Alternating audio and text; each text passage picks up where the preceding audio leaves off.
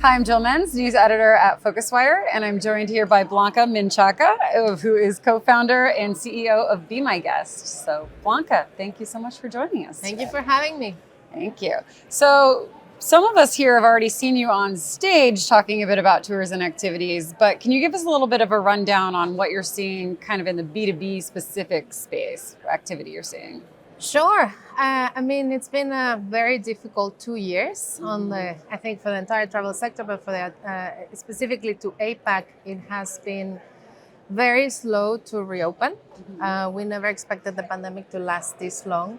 So, but at last, some travelers are being formed within the region. So that is really helping some markets to start to pick up. But it's been quite tough, specifically on the B2B side.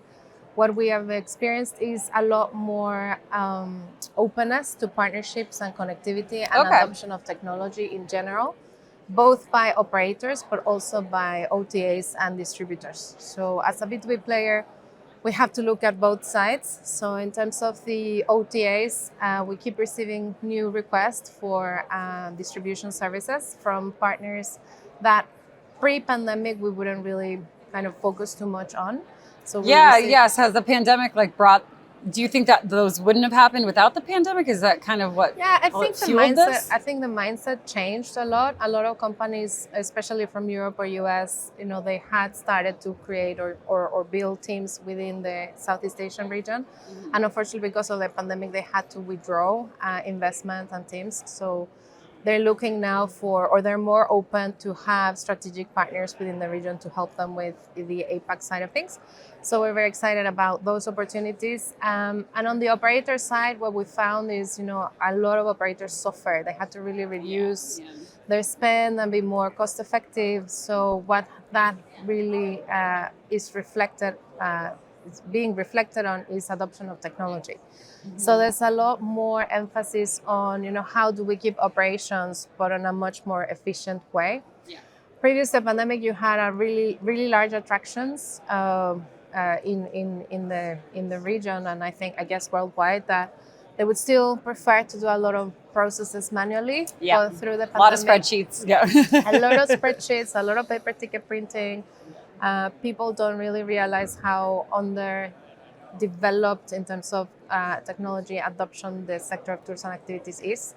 But some of the large attractions finally recognize that having an API that allows us access to their inventory would help them to solve capacity topics that actually they weren't really handling before, because they used to do everything on free sale with really long expiry dates. So they would sell you maybe thousands of tickets in bulk, and then you would pre-purchase that, and then you would sell them over the year. So that was a really model that worked. But with government restrictions, they now have to think differently, right? So when your capacity is limited to 10% per day and you're a theme park, and you can't really, you need to think about how to manage that capacity constraint now and also increase your yield. So you really need automation for your business. So So are tours and activities in Asia still running at lower capacity, or how? Because in the US, I feel like things have kind of opened up. We're almost at full capacity places, for better or worse. But are you still seeing lower? Attractions didn't close except in some markets. So, for example, if we talk about Singapore, attractions remained open. So the operator had to carry all the operational costs of the park, But with capacity constraint imposed by government of maybe at some stage it went down to 25%. So you're receiving 25% of customers at staggered entry, which means maybe you are capitalizing on 10% of your capacity, but you still have the running cost of having to run the theme park. So and then there's domestic restrictions that were imposed, as well as border closures. So those restrictions are now coming to an end in certain markets. So, for example, Malaysia was fully on lockdown domestically, and interstate travel was not allowed, but now they reopened. So now we see them basically growing 60 to 80% week on week for the past 2 months. So it's coming back domestically. In other markets like Singapore, restrictions are still in place, even though vaccination rates are really high. I mean, we're at 85% vaccination rate and 16% boosters, but there's still a lot of domestic restrictions, which means attractions cannot really attract you travelers can't. Yeah, yet. So it's only so much you can do in that kind of restricted. yeah, exactly. And if you look at APAC as a region, Australia, they just came out of a 90-day lockdown, but they're really fast reopening. So it's expected that they start traveling again in November. Then there's travel lanes being formed with several countries. So overall, it's reopening, and we think we'll see a little bit of a peak over the coming Christmas season and Chinese New Year. So that will help. And hopefully next year things will start to fully Hopefully recover. next year. I feel like we said that last year and here we are. Oh my God, yeah, hopefully not another year of Right. the last. Yeah. So recently you announced an integration with Google. Can you Yes. talk a little bit about that and what your role is within that? Yeah, so Google rolled out this connectivity program for reservation systems and Things other to platforms. do, right? Yeah. Things to do, Yeah. exactly. And that gave the power to the operator for the first time to be able to list themselves on their Google Things to Do next to other online travel agents, right? So traditionally, Google would integrate online travel agents only, but now with this connectivity program, operators can leverage third-party systems like ours to actually list themselves. So our role is really enabling the official site listing for the operator so that we can send that referral lead directly into their e-commerce So they get a websites. direct booking. They're not through Exactly. a third party. They get a direct lead, whether the booking will Whether the booking happen happens or or not, convert, yeah, they get a it's direct different. lead, yeah. But it really increases their exposure, and it kind of starts. It's a small first step towards operators having more control over what's happening with the products online on Google. Great. Do you have any further plans with them? Are they developing that product more that you'll be involved with, or how do things sort of stand? Yeah, we work very closely with the Google team, giving them a lot of feedback. We went live with the first attractions in October, which is just a couple of weeks ago. So far, the product is still a little bit unclear in terms of the process of approval to get official site listings live. So we are in a lot of communication with Google back and forth. There's a lot of mapping of databases that needs to happen for you to actually be able to reflect a product on the right placement that's attached to the business listing of the actual operator's address and effectively database point in the Google Things to Do side of things with ours. So we are working with Google, and we just hope that in the next couple of months things improve, because it's been a little bit slow to get sites. Yeah, I got that listed. sense from the panel yesterday. Yeah, it kind of seems that most of the OTAs they had integrations with the previous models of Google Things to Do, but when it comes to the official site listing of the operator, we're still there's a lot of teething issues that hopefully get addressed over the next few months. Great. And I know that you recently, BeMyGuest did an offline point of sale system. Can you talk a little bit about that? Yeah, that's right. So we launched our booking system in 2018. We went live with the e-commerce module first. So we empower businesses with their own e-commerce stores, booking buttons, checkout, integrations with payment gateways. But we saw the opportunity to help them to digitize more of their operation. Okay. And the point of sale system that we released is basically addressing the opportunity in the market. A lot of the operators were using point of sale systems for other sectors, usually for food and beverage and retail, or they were using systems that they outsourced to some development company, and then they were not connected to the rest of their business or distribution. So we saw that opportunity. We launched our web point of sale through the pandemic. I mean, since distribution was very low, we had a lot of time in our hands to develop more modules. So far, it's been good. It's a module that you can use in conjunction with e-commerce or with distribution. So operators get the consolidation of several channels, direct and indirect. Yeah. So you're talking about innovation during the pandemic.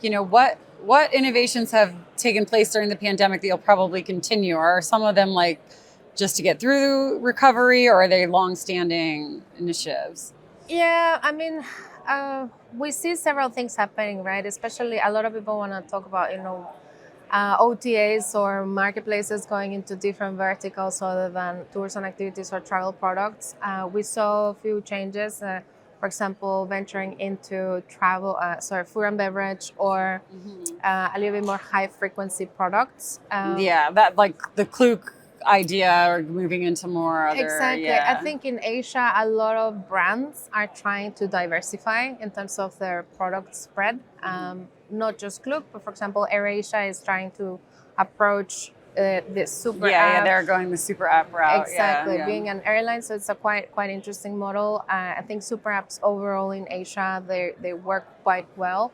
Grab Taxi, for example, is now trying to offer hotels through a partnership with Agoda. So in general, we see that happening on the OTA side, but on the operator side, it really still is about the baby steps towards adopting decent booking systems, Right. or enabling the distribution of the products through APIs. The first APIs in Singapore literally were launched by the biggest theme parks just through the pandemic, and there's still a lot of teething issues with integrations. But definitely there is a trend towards more adoption of technology on the operator side of things, and we will see that continue. And on the super app, we'll kind of have to wait and see whether that strategy pans out well for the different brands. Yeah, so this just the concept of the super app, obviously that's very much more Asia Pacific focused rather than Western. So do you see that adoption happening in the West, or how?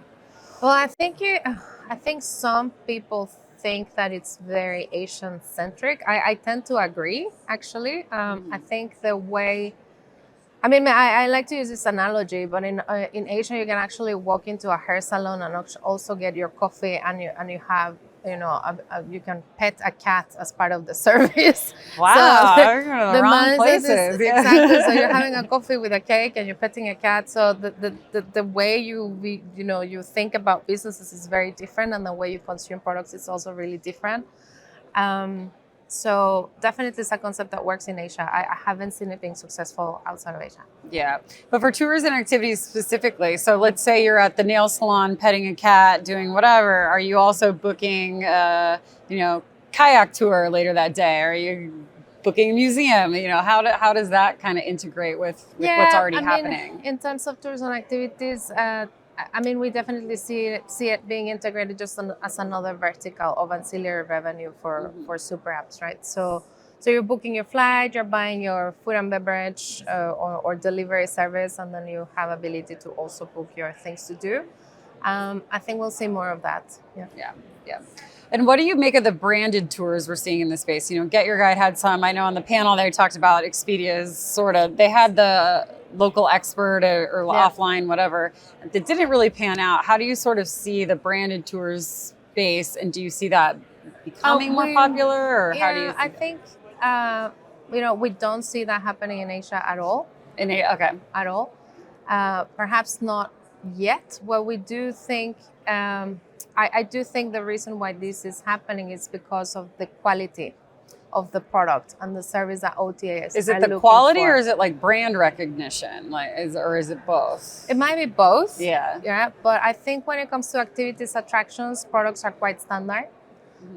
They're ticketed items, or they're very specific. Say, for example, you're booking a cooking class, right? So it's quite specific. But when it comes to tour, there's a lot more elements that can damage the experience, right? For example, the tour guide, the language, the itinerary. So I think that we haven't seen that approach in Asia. Maybe in the future. I think we're still distributing, majority of the products that we distribute at this time is still attractions and activity driven. So maybe in the future, in terms of day tours, that's my guess, but we haven't seen it in Asia. Yeah. Do you see any further consolidation in the space? We always talk about how fragmented the sector is, but do you see more consolidation going to happen, or how are you sort of viewing that? Well, we haven't seen enough consolidation at all, I guess. I think a lot of companies are waiting to see what happens post-pandemic.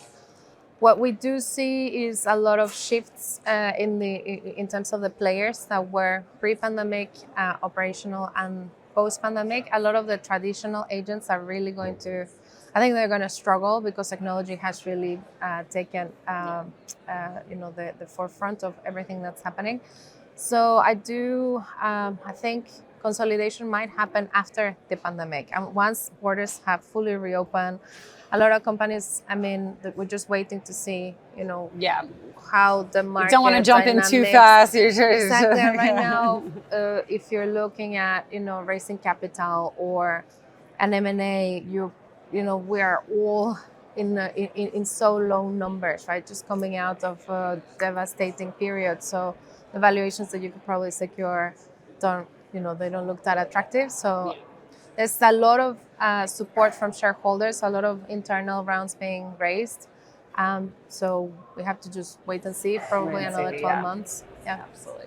So looking into 2022 then, what's BeMyGuest's, let's say, your top 2 priorities moving into 2022? Well, top two right now, we're just frantically reopening products and destinations. So I think the next 6 months for us is just ensure that all of our operators and products are ready to be sold again. You have to reprice everything. You have to look at, what capacity constraints are going to Yeah, the restrictions around it. Yeah, exactly. absolutely. New destinations are becoming more important. Previously, we were moving a lot more APAC product. Now we have a lot more demand for European products, and even American products. So we are looking for strategic partnerships to source those products with instant confirmation elements. We don't want to reinvent the wheel if we don't have to.